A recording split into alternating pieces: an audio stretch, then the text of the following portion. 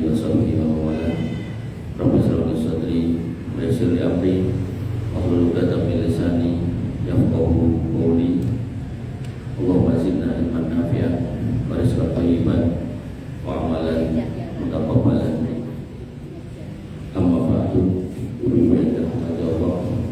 Alhamdulillah, puji syukur kita kepada Allah Subhanahu wa taala atas nikmat yang kita terima. Nikmat iman Islam yang harus kita dijaga di atas jalan takwa, dan jalan takwa yang terbaik di atas ilmu, dan ilmu yang terbaik didapatkan di majelis ilmu yang diadakan di rumah di antara rumah Allah. Yatluna Al-Quran wa yatadarusunahu bainahum, dibacakan di dalamnya Al-Quran dan dipelajari isinya, dijelaskan sunnah-sunnahnya. Maka ketika itu dijalankan, maka inna nazalat alaihim sakinah, maka akan diwariskan ketenangan, wa ghasyiyatuhum rahmah, dan akan diberikan rahmat hidayah, wa hafazathumul malaikah, dan akan dijaga oleh para malaikat, wa dzakarallahu fi man indah, dan mereka yang ada di majelis ilmu itu akan disebut-sebut oleh Allah Subhanahu wa taala di sekitar malaikatnya yang ada di dekat Allah Subhanahu wa taala. Ibu yang dirahmati Allah Subhanahu wa taala, tema kita adalah parenting, tapi karena kita masuk di tahun baru Islam, kita membahas tentang Muharram yang nanti juga terakhirnya juga parenting juga. Artinya angle-nya tetap angle parenting. Oke, kita mulai ya. Allah Subhanahu wa taala berfirman pada Quran surat At-Taubah ayat 36, bahwasanya Allah tegaskan kalau bulan tahun itu yang membuat, yang menentukan adalah Allah Subhanahu wa taala. Allah berfirman, inna iddatas syuhuri indallahi 12 syahran fi kitabillah. Sesungguhnya bilangan bulan pada sisi Allah itu 12 bulan dalam ketetapan Allah. Yauma khalaqas samawati wal arda minha arba'atun hurum. Dan itu ditetapkan setelah Allah menciptakan langit dan bumi. Dan setelah menciptakan langit dan bumi, Allah tetapkan 12 bulan. Di situ kita belum tercipta. Dan dari 12 itu Allah tetapkan 4-nya bulan haram. Kemudian Nabi SAW menegaskan dari bulan haram itu, yaitu salah satu mutawaliyah, 3-nya itu berurutan. Yang pertama yaitu Dzulqa'dah bulan 11, yang kedua yaitu Dzulhijjah bulan 12, dan kemudian yang sekarang Muharram bulan yang pertama. Kemudian berikutnya adalah bulan Rajab alladzi baina Jumadi wa Sa'ban, yang terletak di antara Jumadi akhir dan Sa'ban. 4 bulan ini adalah bulan suci, bulan haram. Nah, untuk bulan Muharram sendiri yaitu Syuro, Nabi SAW memiliki kalimat yang indah, yaitu beliau mengatakan afdhalus siyam ba'da Ramadan syahrullah al-Muharram, bahwasanya puasa yang terbaik setelah Ramadan ya puasa di bulan Allah Muharram. Jadi bulan Muharram Nabi menyebut sebagai syahrullah. Nah, kata benda yang dilekatkan kepada nama Allah itu menunjukkan kata benda itu baik. Sahrul itu artinya bulan. Ketika dikatakan sahrullah berarti bulannya Allah, berarti bulan itu baik. Baitul artinya rumah.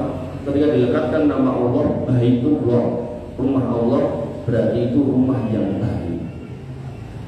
Kemudian zaman dulu ada seorang sahabat yang kuat, hebat dalam berperang, mendapatkan julukan Asadullah, singanya Allah, maka itu berarti ya orang baik. Sinten itu Asadullah? Bu, halo, Asadullah sinten? Ceket tahu, atur sih lo, salah. Ceket tahu, sinten? Yang bilang apa mana? Atau atau malah atau dia. Ini penting juta kayak lo. Gue udah terjadi presiden juta. Yeah.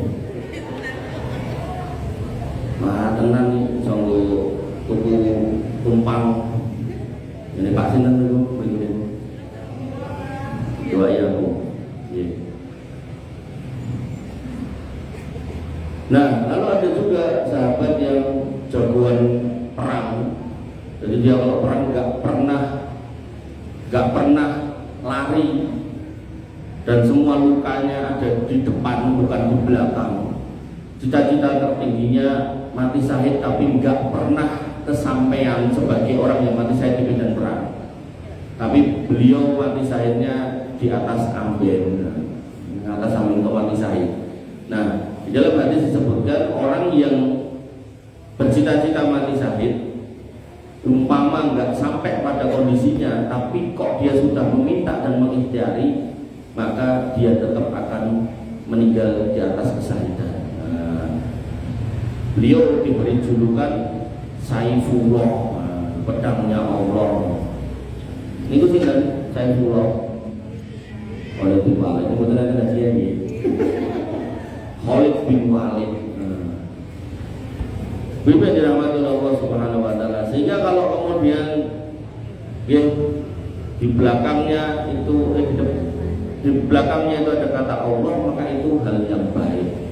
Nanti seorang hamba laki-laki yang baik disebutkan kepada Allah namanya Abdullah.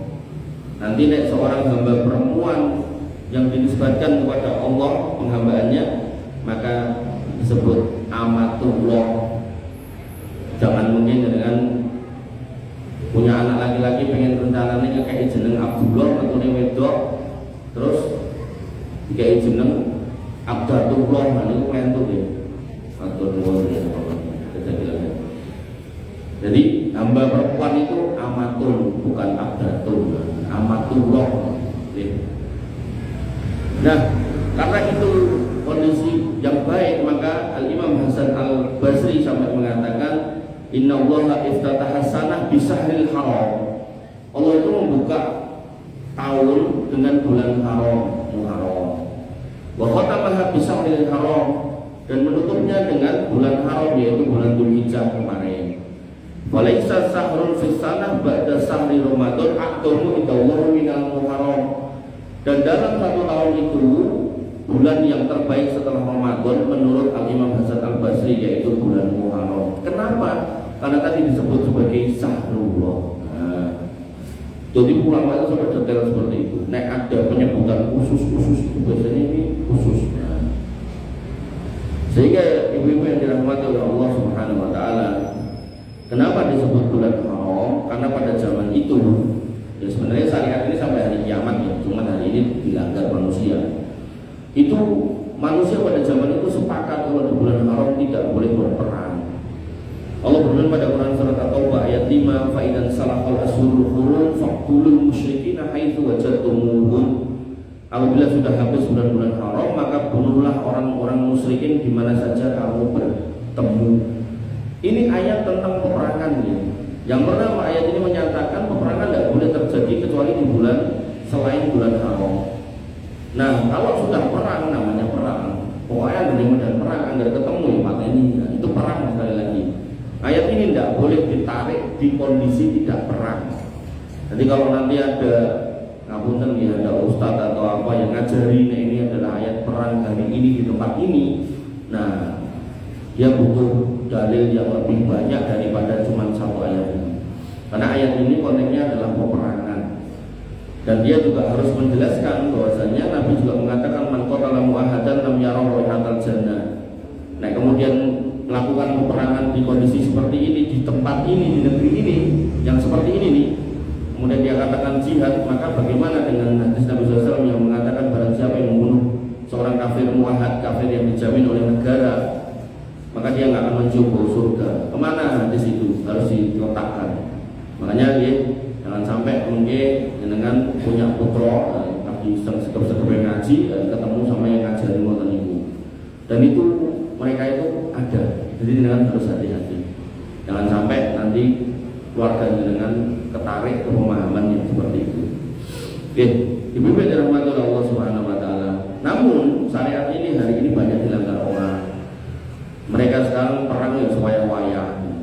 Nah, dalam kasus kaum muslimin yang diserang dia harus membalas, maka di situ tidak ada masalah. Tapi kalau kaum muslimin yang memulai di bulan haram, itu kondisi yang salah. Makanya orang muslim kalau tahu aturan ini, tidak boleh dia mengumandangkan perang di bulan-bulan haram. Nah, kemudian disebut bulan haram itu yang kedua karena ada larangan khusus berbuat dosa di bulan itu. Quran surat At-Taubah ayat 36 tadi yang di depan, di akhir kalimatnya dikatakan fala tadlimu fihinna anfusakum. Jangan kamu berbuat dosa kedzaliman pada dirimu pada bulan-bulan itu. Nah, kemudian Al-Imam Qatadah mengatakan inna dzulma fil ashuril hurum a'dhamu khati'atan wa yusrun minad dzulmi fi ma siwaha.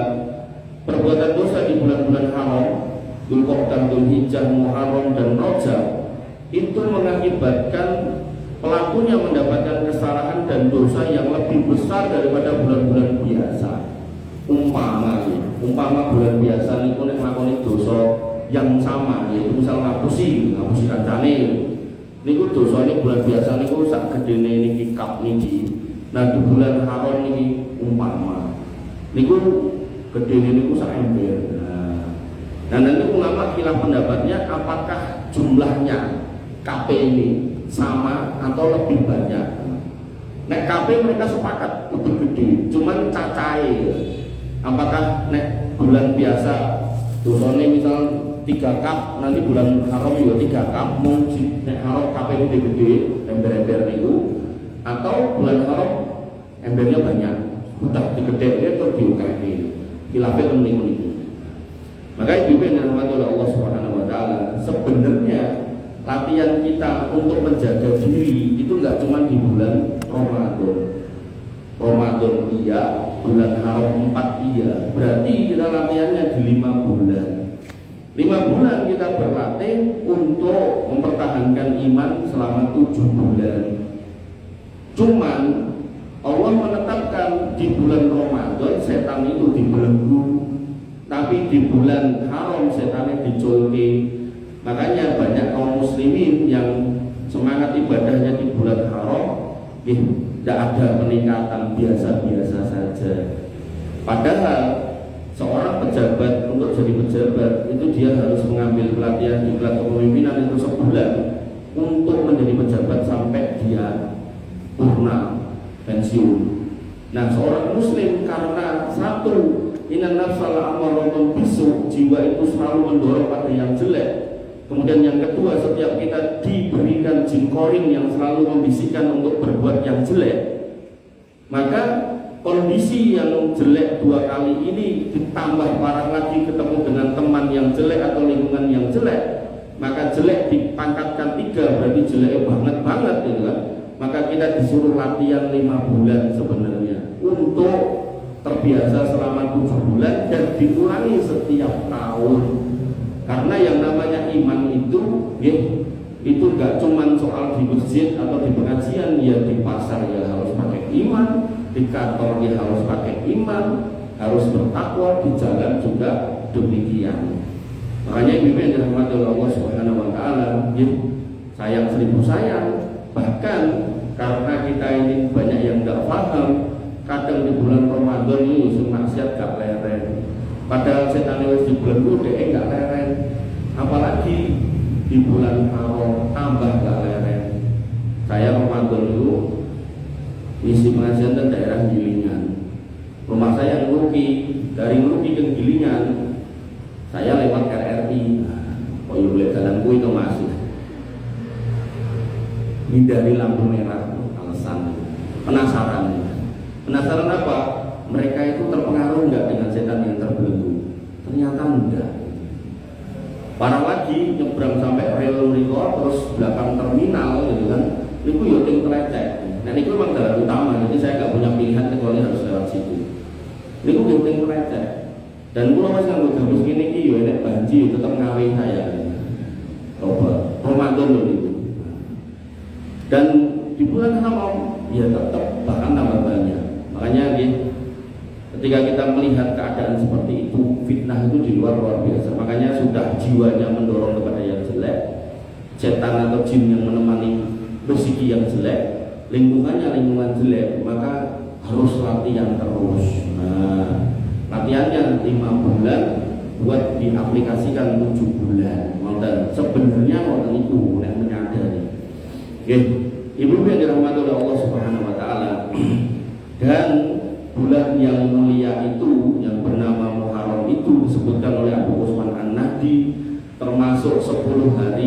yang diagungkan. Beliau mengatakan kanu yu'addimuna salasa asaro, kami mengagungkan 10 yang 3, 10 yang 3.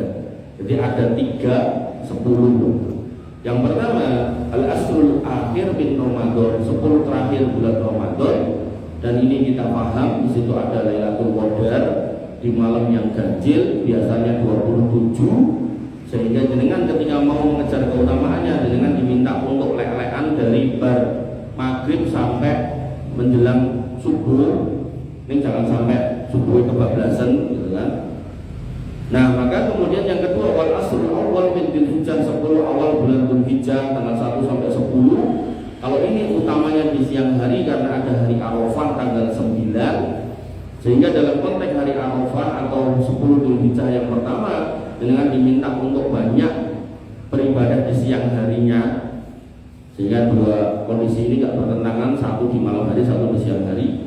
Nah, kemudian yang ketiga wal asrul awal minal Muharram. Beliau mengatakan yaitu 10 yang pertama bulan Muharram. Ibu yang dirahmati oleh Allah Subhanahu wa taala. Nah, karena keutamaan itu bulan Muharram disebut sebagai bulan Allah, maka Nabi mengatakan afdhalus siyam ba'da Ramadan sahrullah al-Muharram. Puasa yang terbaik setelah Ramadan itu bulan Allah yang bernama Muharram. Nah, teknis puasanya gimana? Jadi tidak ada puasa khusus, tidak ada. Teknis puasanya adalah puasa Senin Kemis, puasa Daud dan Ayyamul Bid niku dengan maksimalkan. Kalau dimaksimalkan Senin Kemis berminggu dipengke 4 berarti ketemunya 8. Dengan tambah Ayyamul Bid 3 ketemunya 11. Atau dengan mau memaksimalkan puasa Daud ya berarti sehari puasa sehari enggak, berarti sebulan ketemunya 15. Ini jadi bukan puasa khusus terus nganggo panganan khusus, klambi khusus boten. Di puasa itu mawon. Termasuk ketika Nabi SAW mengatakan kepada para pemuda, ya maksar sahabat man istata'a minkum ba'afa yatazawwaj. Para pemuda siapa yang kemudian mampu menikah maka nikahlah. Fa innahu aghaddu lil basari wa ahsanu lil farji, karena itu lebih menjaga pandangan dan menjaga kemaluan gitu. Maka kalau nggak mampu kata Nabi, fa'ilam yastati fa'alaihi bisyam, kalau nggak mampu maka berpuasalah. Maka puasanya itu ada sebagian orang yang nyebut puasa jomblo. Nah, puasa jomblo itu bukan berarti puasa tertentu maupun buat Senin Kemis itu, puasa Daud itu, atau puasa Ayyamul Bid itu. Puasa sunnah itu dimaksimalkan gitu kan. Makanya nanti ada 3 orang pemuda yang kemungkinan besar juga jomblo datang kepada Nabi SAW dan mengatakan, ya Rasul, saya pengen tahajud terus, gak turu, gak mau tidur. Saya dan teman satunya pengen puasa terus, gak mau berhenti. Yang ketiga, saya pengen bujang terus, gak mau nikah karena pengen fokus ibadah. Kata Nabi, Mas, aku kui Nabi, aku kui Rasul, aku kui poso ya buka, aku kui tahajud ya turu, aku kui ya seneng Ramadan ya nikah. Kemudian di akhir kalimatnya Nabi mengatakan, faman raghiba an sunnati falaysa minni, nek kowe ibadah nganggo cara dhewe ora melu aku, somben ora bakal bareng aku. Repot banget ini. Makanya ibu yang dirahmati oleh Allah Subhanahu wa taala, ketika setiap umat setelah selesai hisab dan mizan itu diminta untuk berkumpul dengan para nabinya, umat-umat Rasulullah SAW sudah berkumpul di telaganya namanya Al-Kautsar, nanti ada yang terusir. Ketika diusir sama malaikat, Nabi pun menggoceki, lu kok usir ojo, ilmaku, kata malaikat, antara tadri ma'ahdasu ba'daka. Kamu tidak tahu apa yang dia perbuat tentang modifikasi agama yang sudah dia buat ketika kamu sudah pergi. Makanya ini menjadi dalil ibu-ibu yang dirahmati oleh Allah Subhanahu wa taala, seorang muslim walaupun tidak ketemu dengan Nabi, dia tetap harus mencocokkan amal ibadahnya dengan apa yang diajarkan oleh Nabi SAW, termasuk urusan puasa Muharram dan puasa jomblo itu tadi. Jadi ampun boleh-boleh rumus diri ini nggak ada dalilnya. Maka kita cukupkan pada yang jelas ada dalilnya, yang menikah Senin Kemis, Daud, Ayyamul Bid mudah. Nah, jadi dengan yang punya putra, kalau masih ingat pelajarannya, umur selawe seneng-senengnya lanang karo wedok, orang nikah. niku dikon poso lendo. Karena jenengan nggak ngerti apa yang meledak-ledak di dalam dirinya. Nah tiba-tiba meledak tenan ribu, mak terkait aku nikah kayak lama kok harus meteng lah. Makanya ini jenengan harus waspada. Daripada jenengan mungkin tiap hari jantungan, mendingan kayak dalam nikah kayak. Ngoten, hasil kuliah tidak apa-apa. Saya anak 6, santri saya 15, istri 1, aku izin kuliah tidak apa-apa. Nah maka lebih baik dirahmati oleh Allah Subhanahu Wa Taala yang harus jenengan pahami, sesuatu yang baik itu bisa diiringkan bareng-bareng, gak harus satu-satu. Nek bisa multitasking, kenapa harus single tasking? Nek bisa langsung banyak, kenapa harus satu-satu? Buang waktu. Makanya daripada dengan sport jantung, kalau ketemu takmir masjid, salah satu masjid di Karanganyar itu, ada kajian terminggu, kajian orang tua dan anak-anak. Kapan-kapan disampaikan bahayanya hamil di luar nikah. Soalnya saya ini ngeri banget, mungkin siapa. Maksudnya resepnya gampang. Nek emang putra itu seneng, TKI sing dibocah dinikahke. Nek memang perlu digawean ya digoleki gawean, nanti modal yang dimodali. Nek memang wong tuane dua-duanya sepakat untuk menjaga mereka, yo diopeni dhisik ora apa-apa, malah ibaratnya kayak ketambahan anak gitu aja. Tentu misinya ya ke depan mereka harus mandiri ya. Ibu yang dirahmati oleh Allah Subhanahu Wa Taala. Nah, kemudian terkait dengan puasanya, Nabi mengatakan in anak Rasul sebuah hadis menyebutkan anak Rasul SAW lam yasmi sahran kamilan waktun ghairu Ramadan. Bahasa Nabi SAW itu tidak berpuasa 1 bulan full kecuali Ramadan. Berarti yang full sebulan itu cuma Ramadan. Walam yakun yasumu syahron aksaru min Sa'ban, dan tidak pernah puasa setelah Ramadan yang lebih banyak kecuali bulan Sa'ban. Berarti yang terbanyak kedua itu Sa'ban. Nah Sa'ban ini sebagian ulama berpendapat 15 hari. Kecuali buat jenengan yang kebanyakan utang, maka jenengan boleh berpuasa Sa'ban, bahkan hampir semua Sa'ban boleh. Tapi nek jenengan nggak punya utang untuk memperbanyak puasa di bulan Sa'ban lebih dari 15 hari, itu dimakruhkan. Nah maka ketika Sa'ban ini maksimal 15 hari, maka total dari puasa Muharram yang jenengan lakukan niku maksimal niku 15 hari. Nah, karena di sini dikatakan walam yakun yasum musafran aksar min Sa'ban, dan puasa yang lebih banyak dilakukan oleh Nabi setelah Ramadan itu Sa'ban, berarti Muharram itu ini sore Sa'ban. Berarti nek Sa'ban niku maksimal 15, maka Muharram niku berarti maksimal 14. Jadi kalau kemudian Senin Kamis pun 4, 8 ketambahi ayam lebih 3, 11, berarti ini pun oke. Atau dengan mau mengambil puasa Daudnya sehari puasa sehari enggak, sehari puasa sehari enggak, ini sebulan ketemu nilai pola dengan kurang 1 berarti 14, itu pun oke.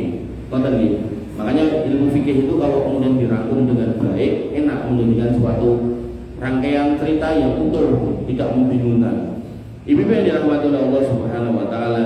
Nah, di antara sebulan itu ada tanggal khusus, yaitu tanggal 10-nya. Nabi SAW bersabda, "Syamu yaum Asyura ahnasibu 'ala Allah ayyu kafir sanat alladhi qablahu." Puasa di tanggal 10 Muharram, aku berharap agar dapat menghapuskan dosa setahun yang lalu. Nah, dosa setahun yang lalu ini Imam Nawawi berpendapat dalam Syarah Sahih Muslim, dosa yang dimaksud dosa-dosa kecil. Karena dosa besar dipersyaratkan tobat, maka ibadah yang tiba-tiba akan menghapus dosa, ibadah yang menghapus dosa itu dimaksudkan adalah dosa-dosa kecil. Nah, dosa besar itu apa? Dosa besar itu adalah dosa yang disebutkan secara khusus dengan ancamannya langsung. Misal, waman qatala mu'minan muta'ammidan fajaza'uhu jahannama khalidina fiha abada. Siapa yang membunuh seorang mukmin dengan sengaja, maka balasannya adalah neraka kekal di dalamnya. Berarti membunuh itu dosa besar. Berarti pelakunya gak cuman dengan berpuasa 10 Muharram terus terhapus dosanya, buat tetap harus ditobati. Termasuk di situ Nabi mengatakan istadi bersabun bihwat jauhilah 7 perkara yang membinasakan. Yang pertama syirik, dan ini dibahasakan dengan membinasakan. Berarti itu dosa besar. Yang pertama syirik, kemudian yang kedua membunuh, berzina, riba, dan seterusnya. Ibu yang dirahmati oleh Allah Subhanahu Wa Taala. Nah, oleh karenanya maka Nabi pun mengamalkan puasa 10 Asyura ini. Dan pada puasa Asyura ini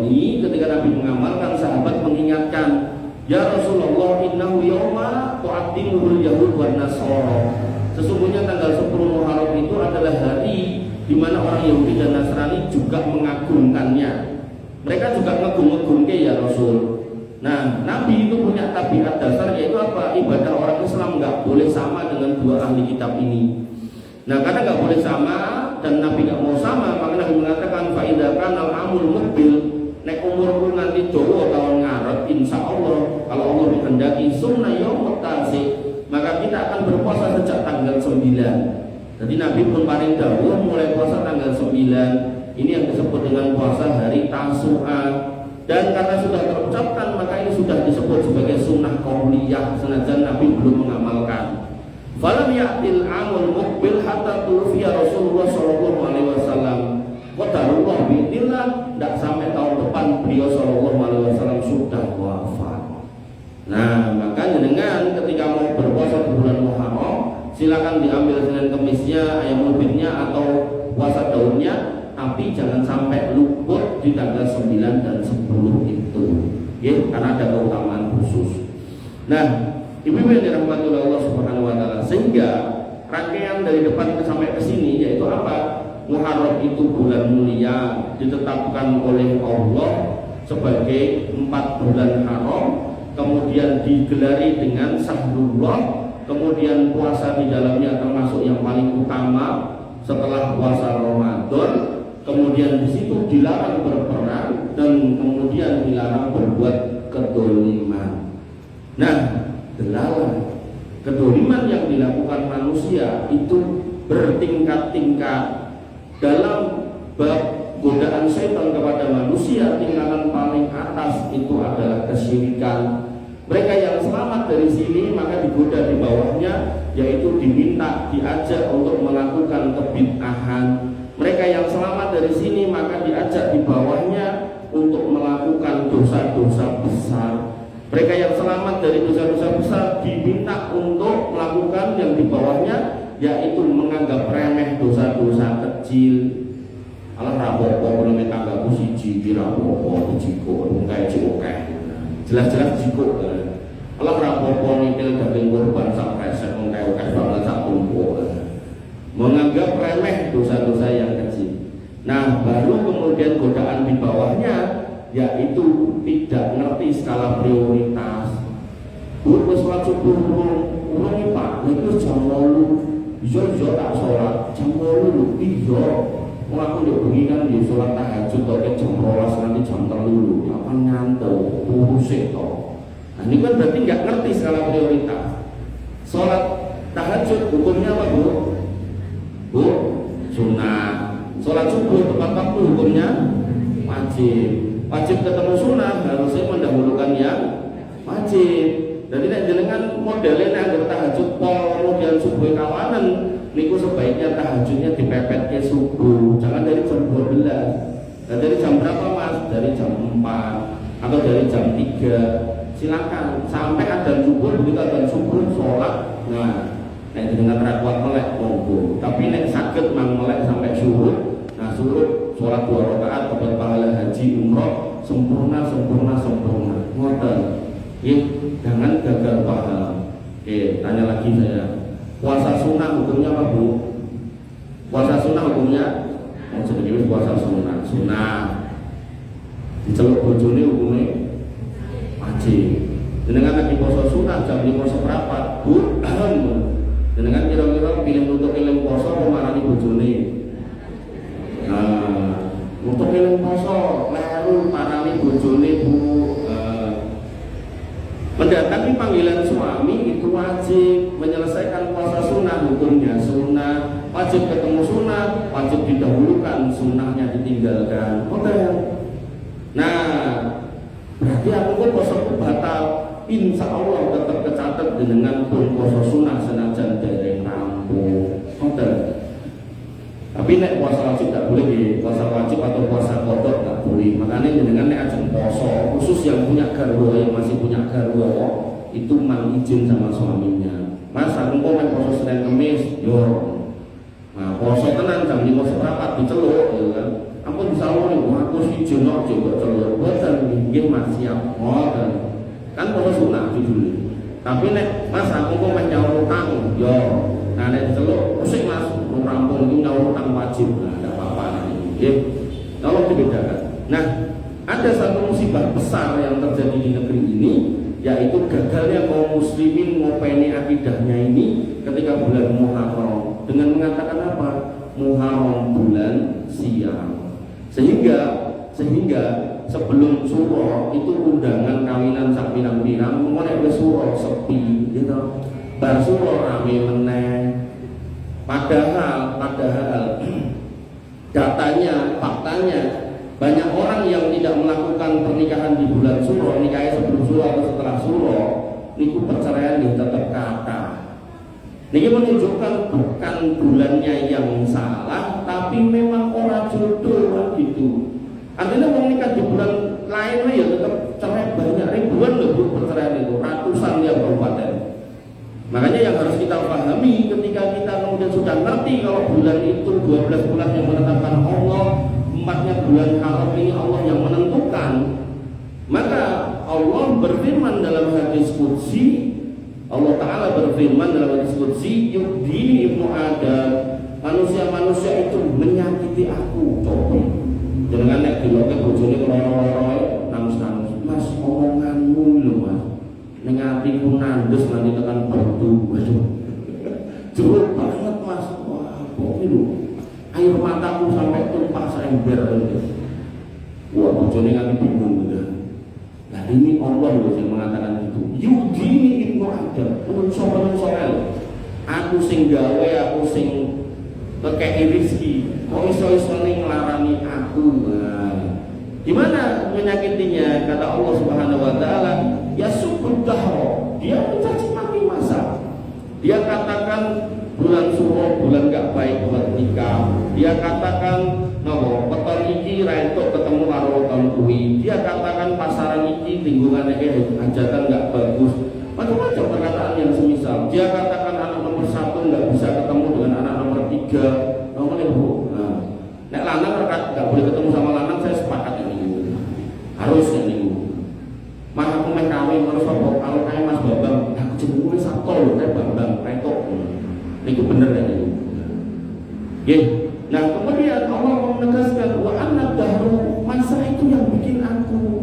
Jenengan lho, misal ngapunten niki misal teknik sing damel jenengan. Kula cacat ya ra enak, nah mesti nesu. Makanya nanti dalam adab masalah makanan seorang suami itu nek dimasake bojone tetep kon mangan enak atau enggak enak. Mung bedone nek mangane akeh berarti enak, nek sithik berarti ra enak. Niku nek wong zaman dulu wis paham, oh berarti ra enak. Sesuk tak gandeni nek wong saiki mangan sithik sesuk nek aku gak masake. Padahal kudune kan dicek juga, jojo memang ra enak, pas dicicip ternyata asin gitu kan. Ampun disene bojone dicek riyen panganane niku. Nah, maka Allah menegaskan lagi, dia tinggal amruh semua urusan di muka bumi itu aku yang menata. Sampai urusan apa? Qalibul laila wan nahar, matahari, bulan bintang dan bolak-baliknya siang malam itu aku yang nata. Termasuk pergantian siang malam bulan tahun itu aku yang nata. Kok bisa-bisanya berhina, bercaci maki, kepriye gitu. Makanya ibu-ibu, bapak-ibu yang dirahmati oleh Allah Subhanahu wa taala, Allah menyindir perkataan ini pada Quran surat Al-A'raf ayat 131. Ini diucapkan oleh orang-orang musyrik yang dimasukkan ke dalam neraka. Apa kata mereka? Fa idza ja'atul hasanatu qalu lana hadhihi. Kalau mereka itu dapat yang baik untuk duit, untuk motor, untuk rezeki, beli rumah, mereka mengatakan ini semua karena kehebatan aku, karena aku pintar, gelarku banyak, kolegaku banyak, daganganku tekan pusat, ya, semua aku duit. Tapi apa yang terjadi? Fa'in tusibhum sayyi'atu yatayyaru. Tapi kalau kemudian mereka kena musibah, dompetnya hilang, sendalnya hilang, motornya hilang, sosok bojone yo hilang gitu kan. Dia pun mengatakan iki guru-guru aku nikah karo bojoku wulan suro. Nah maka ibu yang dirahmati oleh Allah, saya nikah sama istri saya bulan suro. Ya umpama, naudzubillah saya nggak berharap. Umpama kok akhirnya saya pisah sama dia, bukan suronya yang salah. Ya berarti saya sama dia nggak jodoh gitu loh. Termasuk tadi yang pada nikah di luar bulan suro, mereka banyak yang cerai. Apakah bulannya saya salah? Boten, apa salah sing ngitung? Ya boten, mau sing ngitung jadi ora perlu dihitung, apa tidak dihitung. Wong saiki nek ngomongke weton sing enek weton namun ten mriki, ten muka-muka mboten enten. Nah Amerika apa yang weton? Terang ngandel mang niku mang teko. Do you understand what is politically won? Ora mungkin mereka. Makanya kalau kita itu mau berpikir lebih dalam, kebenaran itu akan terjadi di banyak tempat dengan skema yang sama, itu benar. Tapi kalau kekeliruan itu terjadi di banyak tempat dengan skema yang mirip tapi berbeda konteks, nah, tentang konteks di sini nanti di sana beda, tentang apa lagi tapi modelnya sama, maka itu sebuah kesalahan. Nah kesalahan yang lintas negara, lintas pulau itu berarti saya ngajari setan. Nah dalam konteks menganggap sialnya bulan Muharram itu zaman jahiliyah dulu juga dilakukan oleh orang kafir, Quraisy. Mereka tidak menganggap sial Muharram, yang mereka anggap sial ini bulan Syawal. Mereka tidak mau nikah dan menikahkan di bulan Syawal. Tapi begitu Muhammad SAW ini diutus membawa dakwah tauhid, meluruskan akidah umat yang bengkok, beliau menikahi istrinya yang bernama Ibunda Aisyah radhiyallahu anha itu di bulan Syawal. Jadi Bunda Aisyah karena terdidik secara baik dan benar soal akidah, maka beliau membanggakan keadaan itu dengan mengatakan, tazawwajani Rasulullah sallallahu alaihi wasallam fi Syawal. Aku dinikahi Nabi di bulan Syawal, wa banabi fi Syawal, dan kami mulai hidup bersama di bulan Syawal. Fa ayyu nisa'i Rasulillah sallallahu alaihi wasallam kana akhdo indahu minni. Lalu mana istri-istrinya yang lain yang dinikahi di bulan Syawal kalau tidak aku? Maka ibu-ibu yang dirahmati oleh Allah Subhanahu wa taala, orang yang beriman akan faham kalau kemudian akidahnya lurus, maka dia tidak akan membenarkan anggapan kalau bulan Suro, bulan Muharram itu bulan sial. Dan kalau jenengan pernah ada di posisi itu, maka jenengan wajib bertobat. Nah, tobat jenengan yang paling utama adalah membantah keyakinan itu dengan cara salah satunya, kalau jenengan masih punya putra yang belum dinikahkan, nikahkanlah putra jenengan di bulan Suro. Nah, IP orang ngantri, kemarin ketemu Iko ngomongnya digedungi diskon 50%. Itu mungkin dengan ulem-ulem sing teko ya wong sithik, dadi malah merasa ngopeni wong akeh gitu ya. Irit gitu kan. Makanya ibu yang dirahmati oleh Allah Subhanahu wa taala, niku dosa besar. Jangan sampai dosa besar itu dengan langgengkan di dalam diri jenengan yakini sedemikian rupa, terus dengan berhadap pahala dari amal jenengan sholat, puasa dan seterusnya menghadap Allah dengan keyakinan yang salah ini. Lalu sampai sana Allah cuma mengatakan gandeng gue akidah salah, maka semua amal tak anggap salah. Dalilnya apa?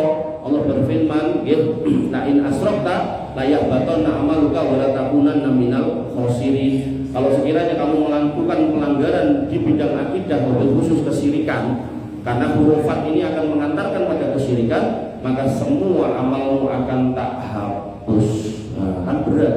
Belum lagi nanti Allah berfirman, innallaha la yaghfiru an yushraka bihi wa yaghfiru ma duna dzalika liman yasha. Allah bisa mengampuni dosa besar manusia manapun siapapun kalau dibawa mati, tapi kalau yang dibawa dosa besar berupa kesyirikan, maka itu enggak ada ampunannya.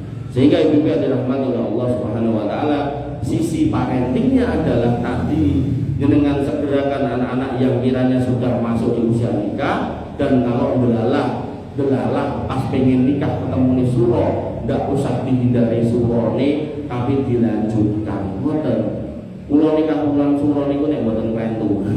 Tanggal 10 bulan 1 tahun 2010. Jadi angka cantiknya misal tanggal 10 bulan 10 2010 kan ngono jane. Ini kan ngenteni sangang wulan kas, kesuwen gitu ya. Aku mau nek kesuwen. Makanya bulan 1 wae ya. Ibu yang dirahmati oleh Allah Subhanahu wa taala, itu hurufat yang pertama. Satu lagi nih, hurufat yang kedua. Sebenarnya banyak hurufatnya, tapi hurufat yang kedua yaitu sebagian manusia dari kalangan kaum Syiah khususnya menganggap kalau tanggal 10 Muharram itu tanggal kesedihan karena meninggalnya Imam Husain, sehingga mereka saking sedih memukul-mukul muka, menampar-nampar pipi, kemudian bawa rantai dicampur-campur ke gegere, sosok ujungnya rantai dikei pemes nanti melowek-melowek, sosok orang mau rantai tapi nggak pedang ditutup ke geger ning batuk, anak-anaknya sak bojone sampai darahnya menetes. Maka itu bertentangan dengan Nabi SAW. Nabi mengatakan laisa minna man laqamal hudud, bukan golongan kami orang yang menampar-nampar pipi karena adanya orang yang meninggal yang dicintainya, wasyaqal juyub, dan yang menyobek-nyobek baju. Nek nyuwek klambi karena kesedihan aja itu termasuk jelek, apalagi sing disuwek kulite. Nah kemudian wada'a bidakwal jahiliyah, dan orang-orang yang sedih sampai teriak-teriak kayak orang jahiliyah itu jelek. Makanya mereka dalam 10 Muharram itu komplit.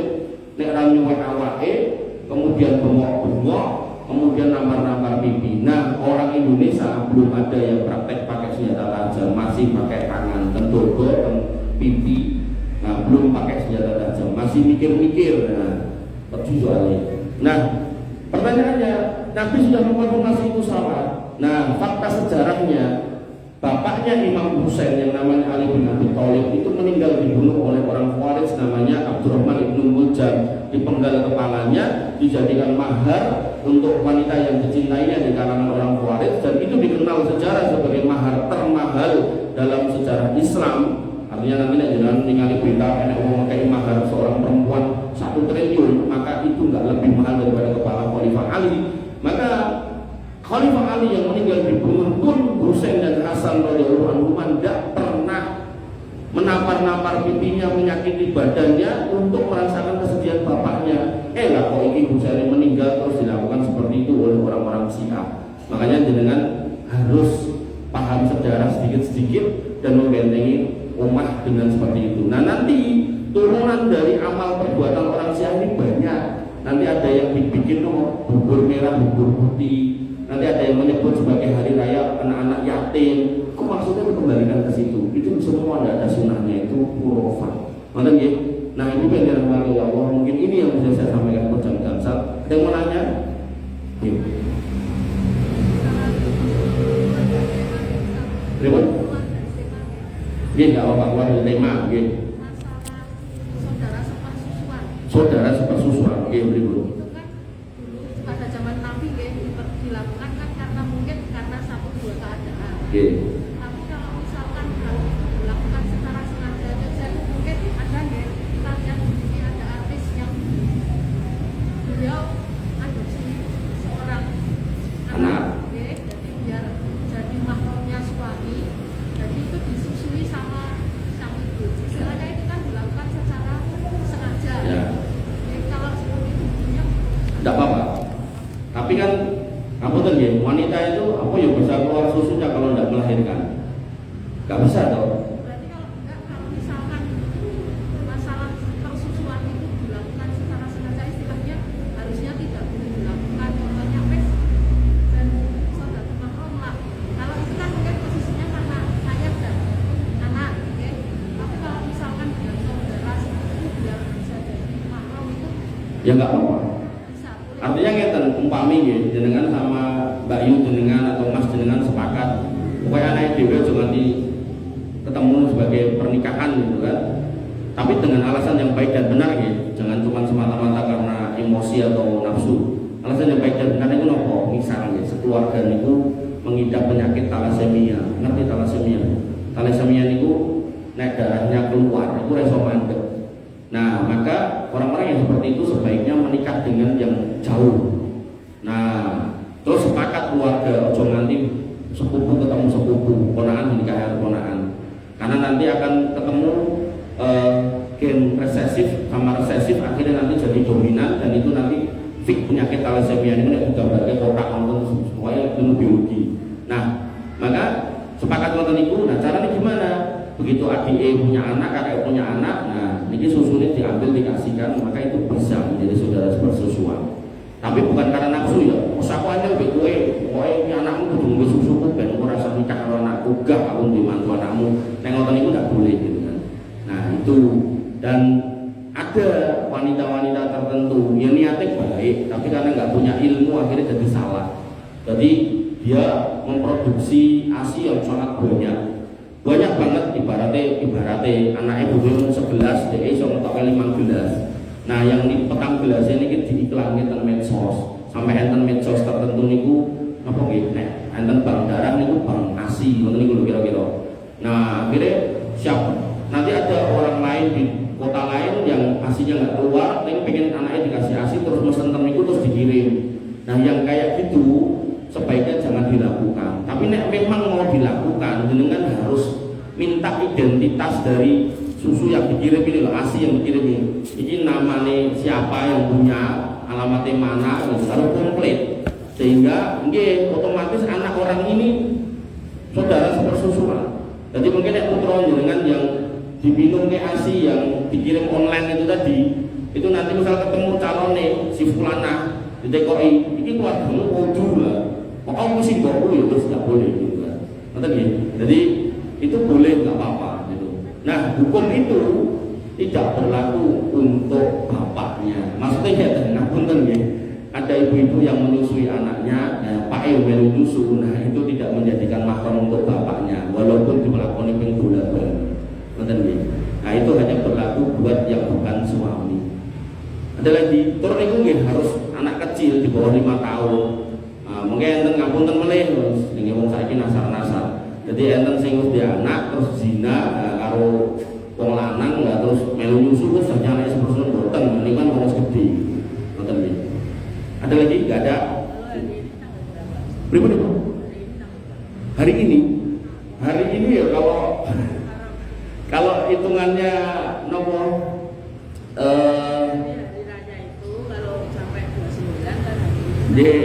nah sayangnya kalau di negeri kita sayangnya di negeri kita itu yang diumumkan pemerintah itu terkait hari Idul Fitri atau Idul Adha. Ya kalau kita ngikuti kalender gini kita tanggal 1 kalender yang ada gitu.